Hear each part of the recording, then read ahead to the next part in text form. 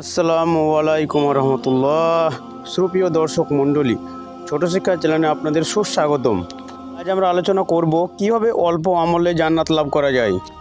মহানবী সাল্লাল্লাহু আলাইহি ওয়াসাল্লাম ইরশাদ করেছেন, যে ব্যক্তি কোনো মৃত ব্যক্তির জানাজা নামাজ আদায় করে এবং সে এক কিরাত পরিমাণ নেকি লাভ করে, আর যে ব্যক্তি কোনো মৃত ব্যক্তির জানাজা নামাজ আদায় করে এবং তার দাফনের কাজে অংশগ্রহণ করে, সে 2 কিরাত পরিমাণ সওয়াব লাভ করে।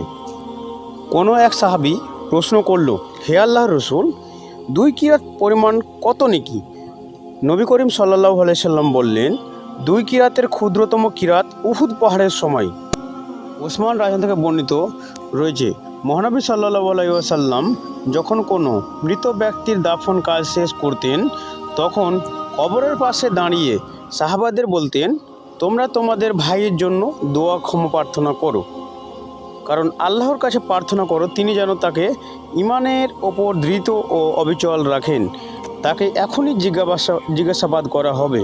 আবু দাউদ, হাদিস নাম্বার 3221। এর থেকে বোঝা যায় যে জানাজা নামাজে কতটা পরিমাণ নেকি লাভ করা যায়। এত অল্প সময়ের মধ্যে উহুদ পাহাড়ের সমান নেকি মানে অনেক নেকি। আল্লাহ আমাদের বোঝার তৌফিক দান করুন, আমিন।